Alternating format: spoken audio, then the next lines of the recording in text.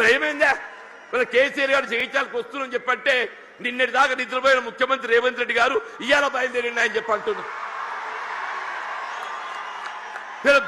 Medigadda barrage ఒక 2 పిల్లలు గుంగినాయా.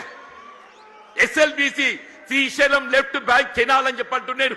నిర్మాణ దశలో కృంగిపోయి 8 మంది కార్మికులు చనిపోతే కనీసం శవాలు వెలికి చేయలేకపోయింది అని చెప్పిన శవాలు వెలికి చేయలేకపోయింది అని చెప్పి అంటున్నా. 2 పిల్లలు కృంగిపోతే అసలు బ్యారేజ్ విలువ 4,000 కోట్లు. ఆ 2 పిల్లలు కడితే 400 కోట్లు అయితే అని చెప్పి అంటున్నా. ఎక్కువ మీకు అన్నారం సుందరి ఇంకో 100 కోట్లు అయితే అని చెప్పి అంటున్నా. ఇలా 2 సంవత్సరాల కాలం ఏదైతుందో ఏదో ప్రకృతి సహకరించింది అదృష్టం. మన కరువు సమస్య ఉత్పన్నం కాలేదు. రేపేదైతో ఎల్లినో ప్రభావం నిజంగానే కరువు వచ్చినట్టయితే మన భవిష్యత్తు ఏం కావాలి? కరువు వస్తే మన భవిష్యత్తు ఏం కావాలని చెప్పి అంటున్నా. అదే పెద్దలు కేసీఆర్ గారు ఏదైతే జగిత్యాల పట్టణానికి వస్తున్న సందర్భంగా రేవంత్ రెడ్డి ఏదైతుందో నిద్ర లేచినట్టు నటిస్తుందని చెప్పి అంటున్నా. ఇక తుమ్మడిరెడ్డి బ్యారేజ్ అటే పోయిందా?